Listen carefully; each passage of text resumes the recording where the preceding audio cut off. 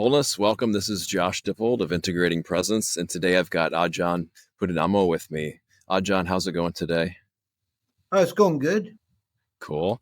So usually I toss it back to the guest to do an introduction, but if the listeners will bear with me here a little bit, I'd like to pay some respects. Giving tribute to Ajahn Punnadhammo. We haven't met in real life, but the Dhamma talks I've listened to him, he seems, to, at least for me, has a knack for taking these extensive, complex, profound teachings and putting them into really clear and powerful, understandable and relatable ways, and all without dumbing anything down. But today I want to speak with him about a book he's known for called The Buddhist Cosmos, a comprehensive survey of the early Buddhist worldview according to Theravāda sources. The disclaimer here is I haven't read the entire book. I have listened to the 10-part series he did with Ajahn Sona about this. I've met the book cover designer, Tana Basaro. I appreciate him. I also wanted to just thank Venerable Chittadhammo and previously Anagarika Martin, now Venerable Carunyo, spending extensive hours with me at Amaravati talking about things like this and coming up with some questions too. I have questions grouped mainly in the structure and background and then access into these 31 realms. But before we get started in this, let's lay some ground rules here, because there's certain things that can be said with the laity and certain things that can't. I know that the main one is monastics aren't allowed to publicly talk about attainments. But what other ground rules should we lay before jumping in here? I think that's really basically it. I mean, we don't really have secret teachings in Theravada. Everything is on the table. There is a Vinaya rule against monks speaking about their own higher experiences, so that's not allowed. We can talk about this in generalities, though, right? And yes. No okay. Restriction at all. And maybe how lay practitioners might be involved with some of this. So let's start off here without rehashing too much of the places you've spoke about this before, but we're going to have to do some.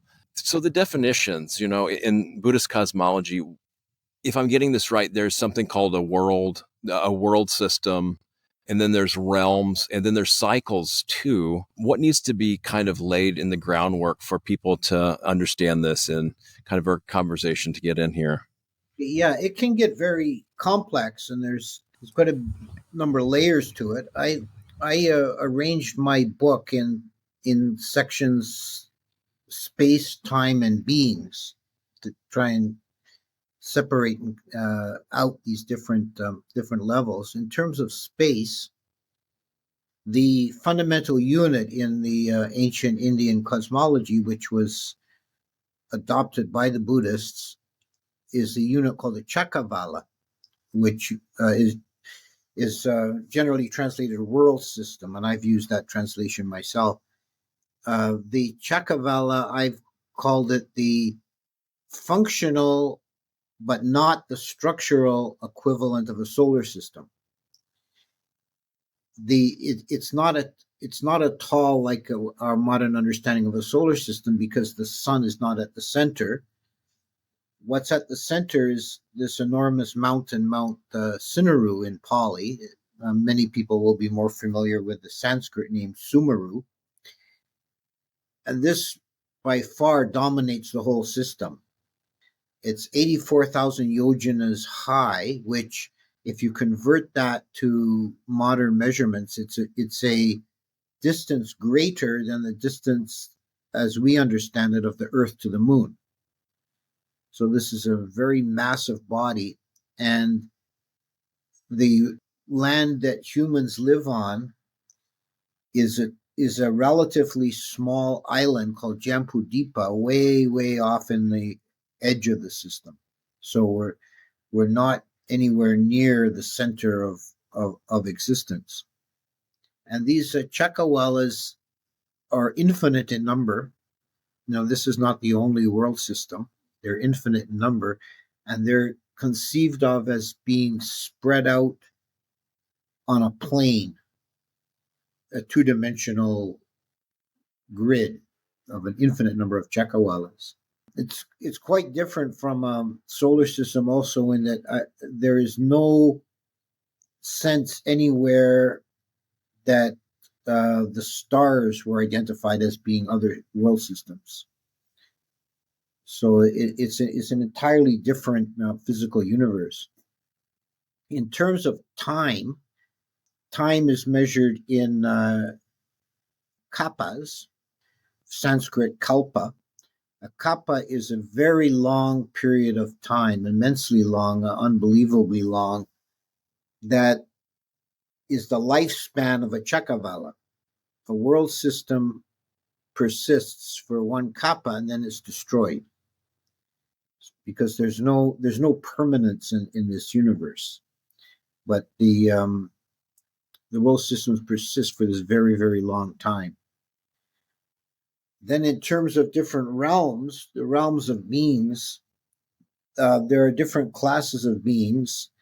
There are lower realms, hell realms, ghost realm, and animal realm. Then there's the human realm, and then there's which we could say is figuratively in the middle. And then there are the higher realms that are divided into devas and brahmas. And then there are some other special categories like the formless realms and the pure abodes and so on. The realms of the devas are conceived as being in space. The first two, there's 6 realms of devas. The first 2 are on Mount Sinnaru. The first realm, the realm of the 4 great kings, is halfway up the slope. Then the realm of the 33, the Tawatingsa realm, is at the summit. And then the remaining 4 realms are in space, not connected to the earth. And then the Brahma worlds are infinitely far away. You mentioned a 2D representation. Is that just for understanding of this? And then before I jump in here and ask about how this might relate, how the Buddhist cosmos might relate maybe to modern day physics understanding of the cosmos and other different traditions, especially maybe esoteric and occult traditions, if that seems appropriate to talk about. The Buddhist cosmology can be kind of interpreted in many ways. I know some people take it on a purely psychological level, all the way through to the literal level. But I just wanted to kind of give another thing here for those people who dismiss it immediately as imagination. I just want to mention that, or invite people to keep an open mind about this until they can completely understand imagination themselves, until they know exactly how the imagination works, all the nuts and bolts, the ins and outs of it, and can tell precisely all these little mechanisms of imagination. What can be spoke to about how to take this, how to interpret this on all the different levels, and then also comparisons to other cosmologies? Okay, well, that's a broad question. Yeah. I'll start with how to interpret it. On the one hand, it's impossible to uh, really take it absolutely literally. I mean, you won't. Well, I like to say you'll never find Mount Sinnaru on Google Maps. It's not. Uh, it's not possible for us any longer to take this literally. Um, but also, I don't like the psychological interpretation. I think that's dismissive. And if there is a correlation between the cosmology and the psychology, I think it really should be understood the other way around. That our uh, microcosmic human psyche is a reflection of the greater cosmos, rather than the other way around. I like to interpret it I call it a mythological manner. It represents a kind of truth that isn't nuts and bolts literal, but there are deep truths hidden in there. And there may be ways, and I mentioned this in the afterword of my book, that there may be ways if someone's creative to try and incorporate it into a modern understanding of physics, because there are so many open holes in our understanding of the universe, things like dark matter, things like other dimensions, which string theory says there's 18, if there's any validity to string theory. So, I mean, there is room for it, but I don't really like going in that direction. I prefer to take it on its own standing. I think when we're studying or reading about ancient cosmology, whether it's the Buddhist cosmology I've studied and written about, or whether it's some other ancient system, I think to really understand it, we need to try and put ourselves in the imaginative space of the people who lived at that time and took it seriously. Instead of being, sitting on our high perch as moderns and being judgmental about the past. And this is a very, very deep and detailed and well thought out system, and it's well worth the intellectual effort of trying to understand it in its own terms. And it begs the question too, well, where all this come from, the origins of things like this? Some people might say, well, they needed to invent this to, I don't know, fulfill certain gaps in their understanding. But then there's things that line up amongst other different religions and traditions. Also, it reminds me of, I think it's called Squareland, a book or like an intellectual exercise where these 2D beings, even though, they're viewing like a 3D universe, they could only see it as 2D, right? So then if we project this into higher dimensions, if we're in a 3D body and able to partly perceive higher dimensions, then maybe what we're filling in the gaps in a 3D version, since we don't maybe have a 4D body, or I don't know how to explain this. The metaphor, I'm stumbling around in the metaphor, but I think maybe you know what I mean, and maybe how to apply this. Yeah, I do. The book you're referring to is Flatland. I recall that reading it many years ago, and that is one of the possibilities, if that Mount Sinnaru might exist in a fourth dimension, and we would not know it or see it. But there's no way of knowing that, and I don't think we need to put too much emphasis on that. But the more general point that comes from that is that we should have some humility in that our perception and our understanding is incomplete. We only have we're for example, our perception of vision, we see a narrow band of the electromagnetic spectrum that we call visible light, but all around us there's many other frequencies that are physically the same, except the frequency is different, and we just don't perceive that. And where does it come from? It wasn't invented all at once. Like, somebody didn't just sit down and invent it. This is something that's, the roots of it go way, way back in time. Before the Buddhists, there were the Vedic religion that had a not identical but very similar map of the universe. We see parallels spread around Eurasia. There's very strong parallels in Greek mythology and Norse mythology. These things all come from I believe, from one very ancient root, and then they were elaborated in different directions. Do we want to discuss that ancient root a little bit, as far as an origin, or is there anything? Is it just another kind of mythological story, or is there anything to speak to that? Well, there's a couple of, I would say, two different kind of aspects to this. One is the very general, which could even say, global. There are certain features like Nagas, the great serpent beings. They're found all over the world, and also little spirits that live in the forest. The Native Americans here have, the little people, and the in Europe they have the elves and pixies and so on. In the Indian version, it was Bhuma Devas, earthly Devas.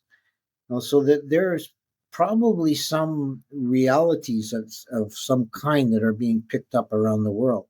But there's also some very close parallels in the stories in a more limited geographical range that I think goes back to the very early peoples that are called the Aryans that spread into India and Persia and Europe.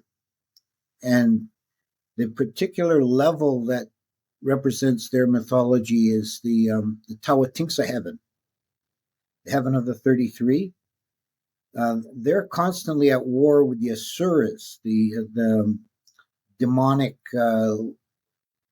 beings that live at the bottom of Mount Sindaru.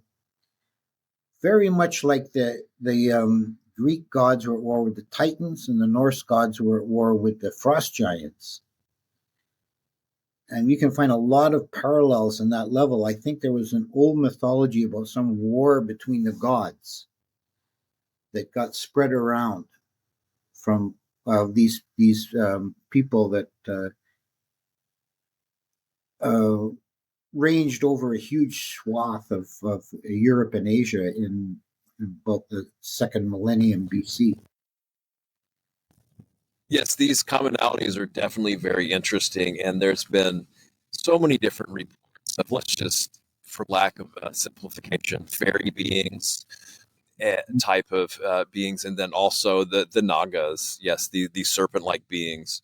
They're time and time again throughout a lot of different cultures. The other thing here, as far as the realms and the overlaps and separations between these, when we talk about realms, how do they say what separates one from the other? Is it a physical structure, or how do we view this? And then the jhana correlations too. Aren't some say that certain jhanas are needed or required to access certain realms? And then where is kind of the division between these in the crossover? Are there barriers? The last thing I'll tack on here with this is, if I'm getting this right, towards the Buddhist Parinibbana, he went all the way up through the highest formless, all the way back down. Is that right? Came out of jhana and then went back to fourth jhana again, and then there was Parinibbana. And Yeah. if this relates to, and what's your take on that? Okay. Well, there is an equivalency that's established in elaborated in the Abhidhamma texts between states of consciousness and states of being, that the Brahma worlds can be, this system of the Brahma worlds can be simplified into the four levels of the Brahma worlds that are equivalent to the four jhanas. And the consciousness of the Brahma beings is equivalent to that of a meditator in jhana. So one of the one of the ways this is seen is that the first jhana still has thought formation. Vitakka, vichara are still present, so there's still thought formation, and that ceases after first jhana. So the first Brahma world is the only one where we have, in the texts, we have stories about the Brahmas interacting, and we have some named individuals. We have a more full picture of that realm. That's because in the higher Brahma worlds, they have no thought formation, so they don't really have speech, and they really don't do anything. They're just blissed out all the time. So there's equivalence there between the first jhana and the first Brahma world, who's seen as playing out on the level of their consciousness. This also applies to the destruction of the world at the end of a kappa. because there are 4 levels of destruction. There's the most common one is destruction by fire, and that reaches as high as the first Brahma world. And the second level of destruction that occurs more rarely is destruction by water, which reaches as high as the second Brahma world. Then there's a destruction by wind that only occurs once every 64 times, and that reaches as high as the third Brahma world. And these are related in some ancient texts to the jhana factors, that fire is like thought formation, because it's consuming and burning and so on. You can see a parallelism. And water is related to rapture or piti, and wind is the breath, and the breath is supposed to cease at fourth jhana. Well, so that they made a parallelism from several different angles between the jhanas and the Brahma worlds. And yes, you do need to be reborn into a Brahma world. You need to have some level of mastery of that jhana. We'll pick back up on the Buddhist Parinibbana if you'd like. It leads me into these destruction of cycles.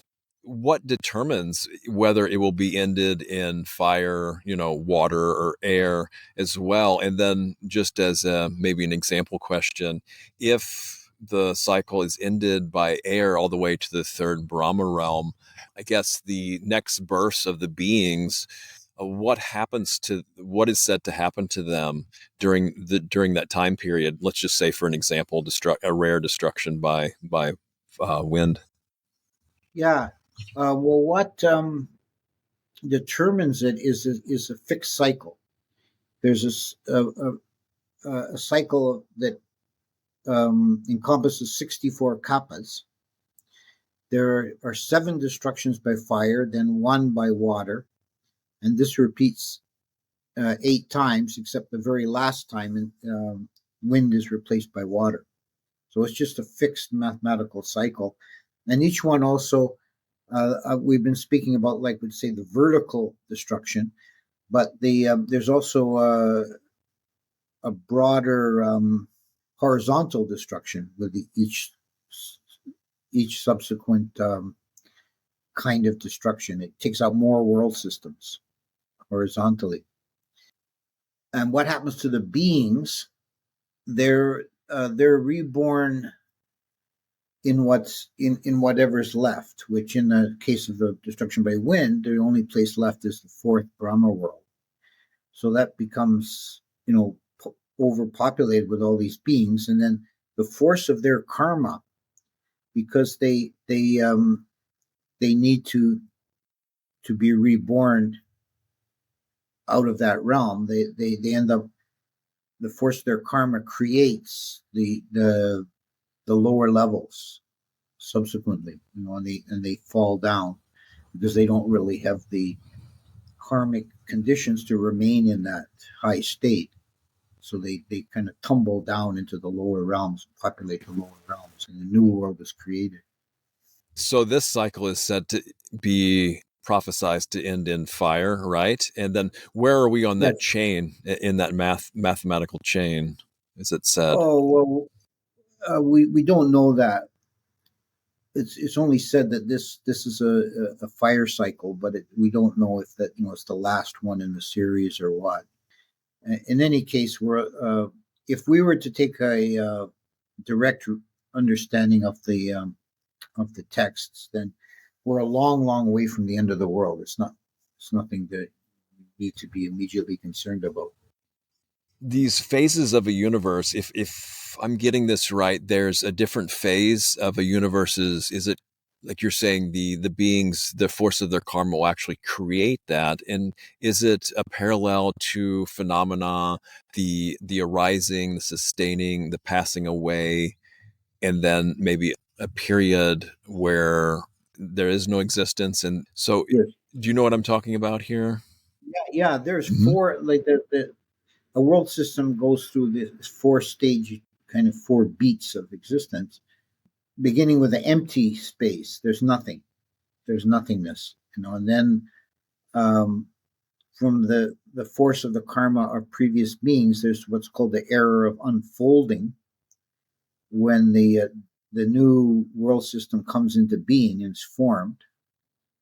Then there's the phase of existence, where it's kind of more or less stable in existence, and then there's a phase of destruction. It doesn't happen all at once. It's a gradual process, destruction of the world system. There's also cycles within cycles, within one world system. In the phase of existence, there are periods of rise and fall of humanity. That humanity, beings in the human level, they go from a kind of animal-like state to a godlike state, and then back again, up and down 18 times before the end of the world. And it's one of the ways this is measured is by lifespan. At the peak, human beings have lifespan that's, can't remember exactly the number, but it's more than 10,000 years, like very, very long lifespan. Then at the bottom, the lifespan declines to 10 years, and they revert to a kind of animal existence. Is there any kind of consensus, maybe publicly, about where we might be along those lines? Yeah, we're on the downslope. And there's a tradition, I think it comes out of Burma. There's a tradition that the lifespan declines in this period. The lifespan is declining by 1 year a century. We see in numerous references in the Pali texts about when they talk about human lifespan, they always talk about it in terms of being 100 years long. And nowadays we consider 80 years to be a kind of normal lifespan.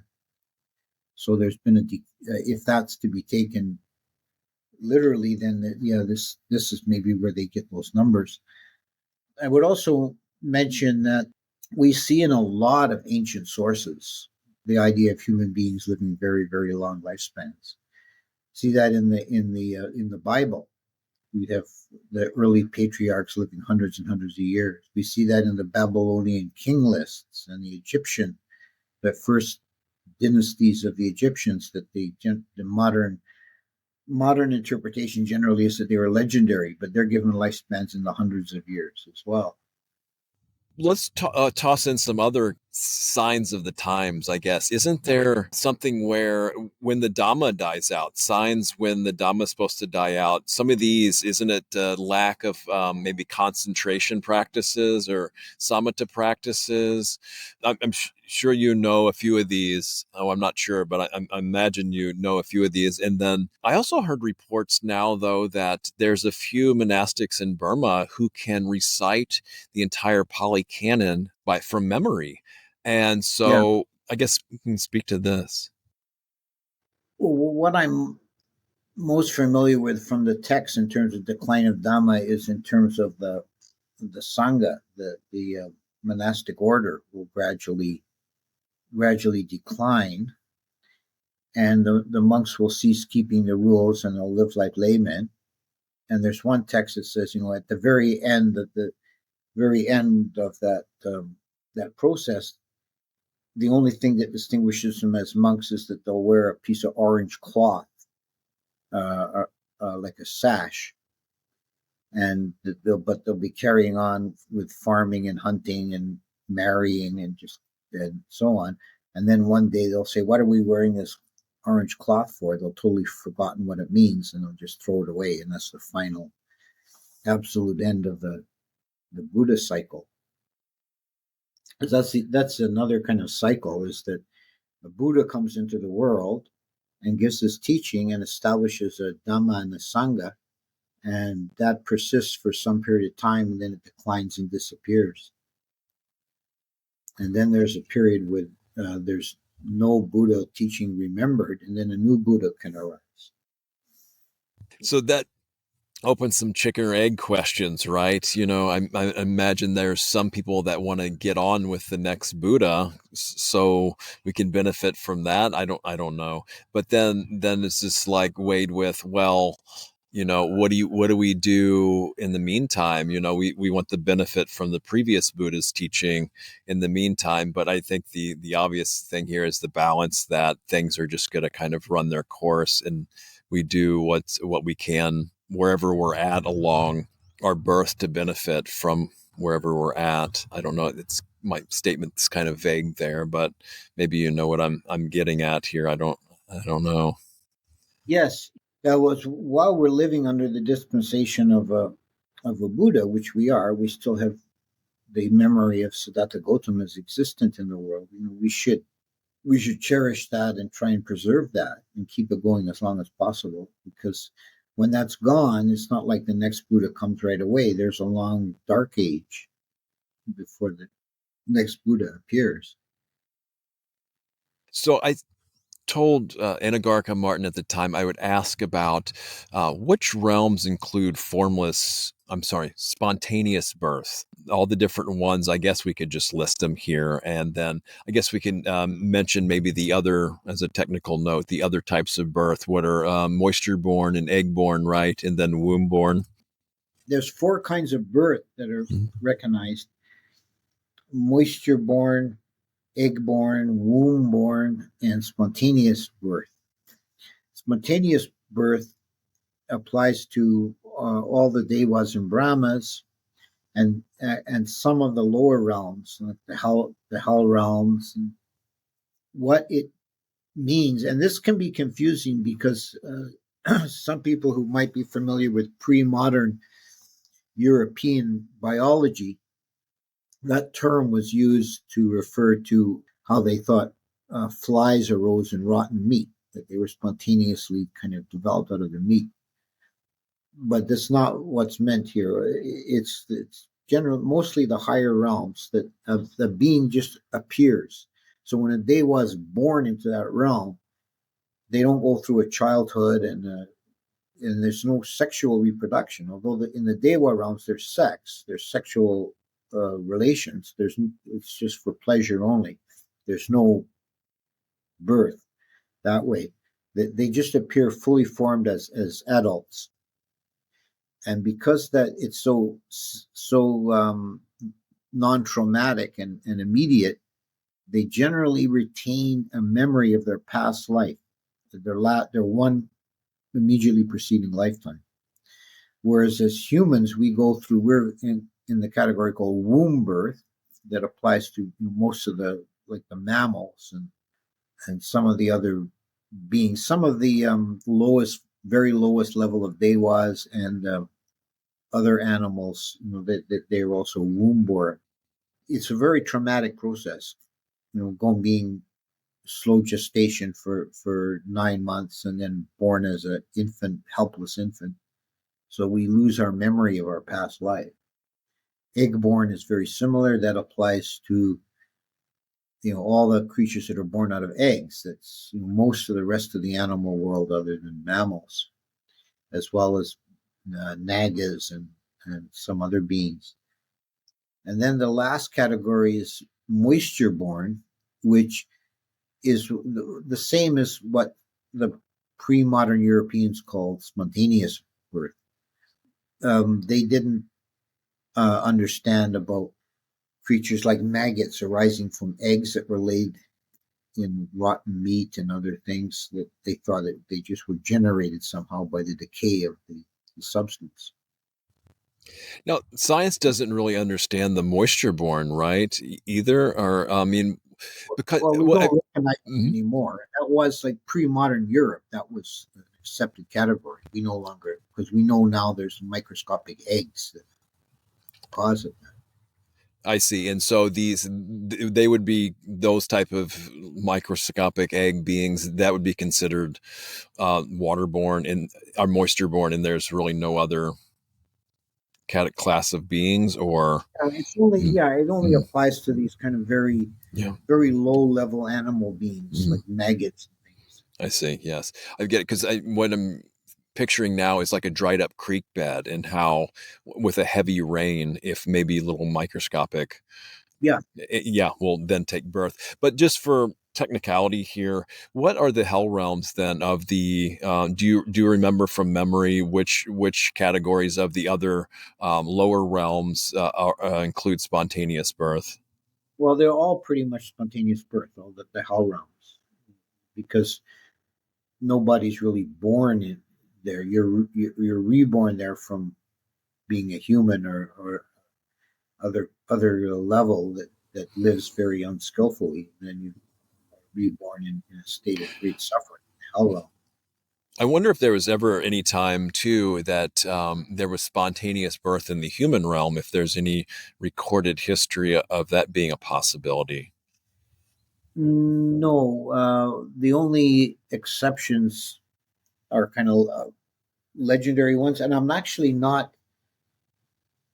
I don't think there's any in the Theravāda tradition, but I know in Tibetan Buddhism, Padmasambhava was supposed to be spontaneously born, just appearing on a. That's his name means the lotus-born one. He just appeared floating on a lotus in the middle of a lake. I'm not. Nothing comes to mind in the Theravada of any kind of similar thing. Okay, so the other thing I wanted to ask is about Namarupa and the formless realm. So if Namarupa, right, some people translate it as name and form or materiality, mentality. And so Yeah. what kind of materiality, I guess, part of it could be in a formless realm? And still, doesn't the 12 links of dependent origination apply to the formless realms too? I was wondering about this. There is no rupa in the formless realm. They're also called four aggregate beings. The rest of the universe are five aggregate beings because we have body and the four mental aggregates. They don't have body at all. There's no materiality there at all. Dependent origination, the 12 nadanas of dependent origination, are meant to be specifically applied to the human experience, although they can be generalized to other levels. So that it wouldn't apply directly to formless realms. They would have to be considerably reinterpreted. Namarupa doesn't apply there at all. There's no rupa. That's a very clear, easy explanation for that. Yes. Okay. So now, overall, the structural changes in the realms. Is there any mention, I guess, in the commentaries or anywhere else about how locked in stone these realms are? Because with the changeable nature of reality, I would imagine that over the eons and cycles, that some of the realm dynamics might change, or I don't know, separation, or maybe even, I don't know if a new realm or would be added or removed. What do the texts say? Any other sources say about the variability of the change as far as the cosmology goes? Well, other than at the beginning and end of a universe, these cycles that we talked about, that the realms as taken as a whole are pretty stable. They don't really change much. We do have for the Tawatingsa realm, we do have a bit of history for it. That there was some movement there, and that's the realm at the top of Mount Sinaru. So it's still it's the peak of the earthly existence, but it's still pretty low in the whole scheme, because there was a change of management. There was first of the Asuras lived there, and then Saka or Inda and his 33 companions appeared in that realm and overthrew the Asuras and tossed them down the bottom of the mountain. And the Asuras have been trying to get back ever since. So there is we do have a bit of sort of dynamic history applied to that realm, but otherwise, no. That they're conceived of as being pretty. I mean, the personnel changes. Dewas are not immortal. They die, and then another one arises. But the realm as a whole doesn't really change during the cycle of existence. We'll switch now to the access, and a lot of the questions I have were kind of more based on, I don't know, maybe literal interpretations of some of this. So I don't know how much is going to apply, but we do have accounts from like Dipa Ma and Anagarika Menindadri. I can't. Maybe you can help me with the pronunciation. How he specifically taught Dipa Ma and others how to access these realms in vision. We have a lay teacher like Joseph Goldstein being there and hearing accounts of when he would task them, I guess, with visiting these realms in vision, I guess, and then reporting back on what they see. So, given this, what's your stance on this? I guess we can only speak to teaching the laity, maybe more advanced practitioners, about doing this, and then how this might differ from if this is involved in the monastic community. And could instructions be given on this today? Why or why not? How do we view all this? I mean, what's the way to approach this? Things like this. Well, generally, as a kind of general principle, in the mainline Theravāda, there's a discouragement of seeking out psychic powers because it's kind of a side trip. It's not leading directly to enlightenment. There is one of the psychic powers that there's a list in the Suyamaga of called binyas or psychic powers. One of them is that can be developed, through mastery of jhana, is always the route into these things, is called the Dibba Chaku, the divine eye, which allows one to perceive the other realms.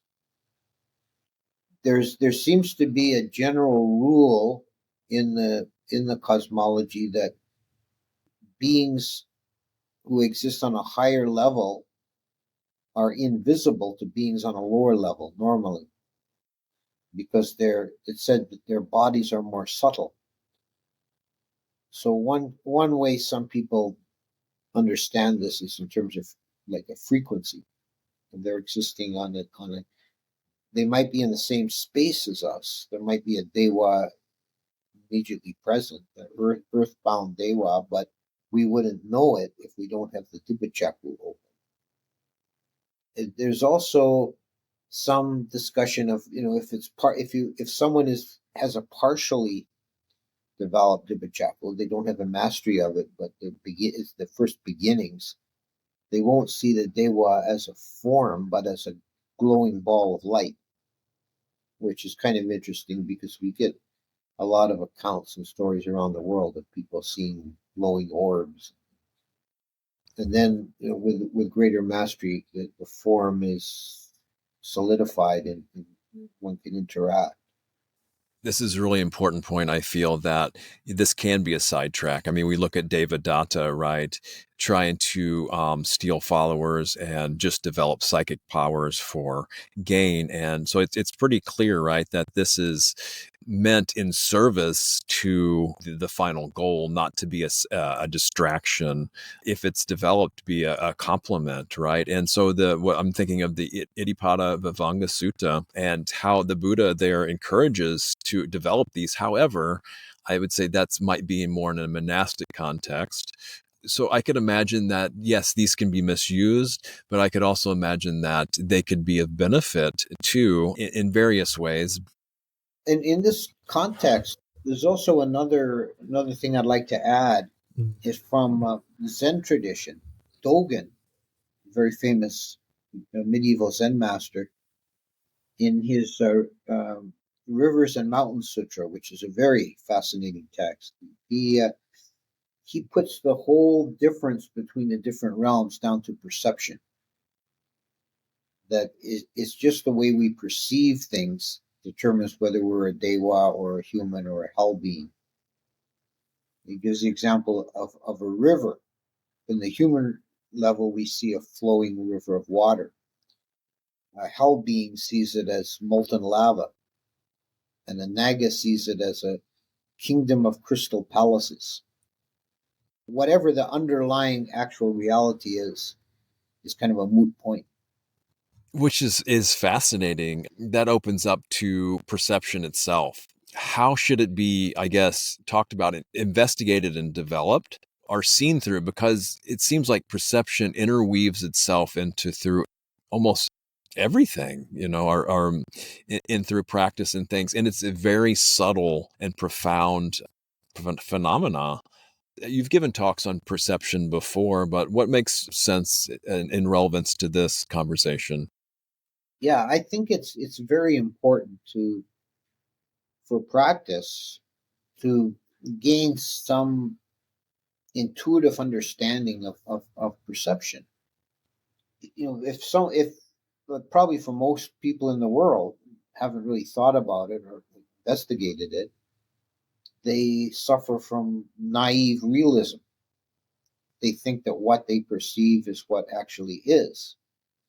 Whereas our perception is actually a very sophisticated filtering system, and what we actually experience, we don't experience the outer world at all, only indirectly. We get signals and limited bandwidth, and limited range of signals from the eye, the ear, the nose, the tongue, the body.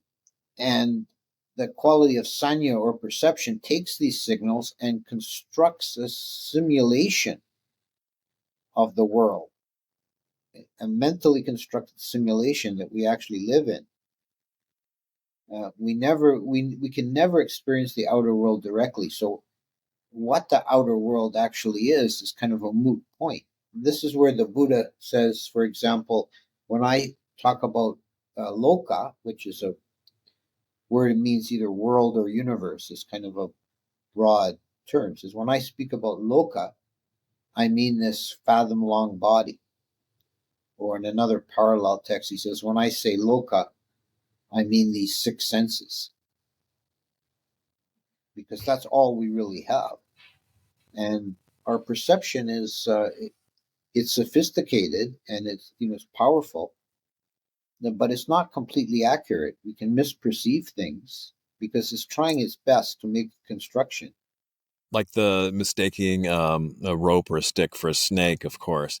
And Yes. even Yeah. though within our own body, perceiving things within our own body, I'd imagine is subject to various different levels and interpretations and understandings.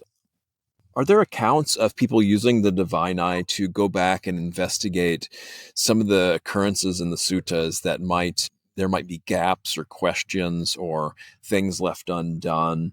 Also, it makes me wonder how, the next Buddha is prophesied to be Maitreya.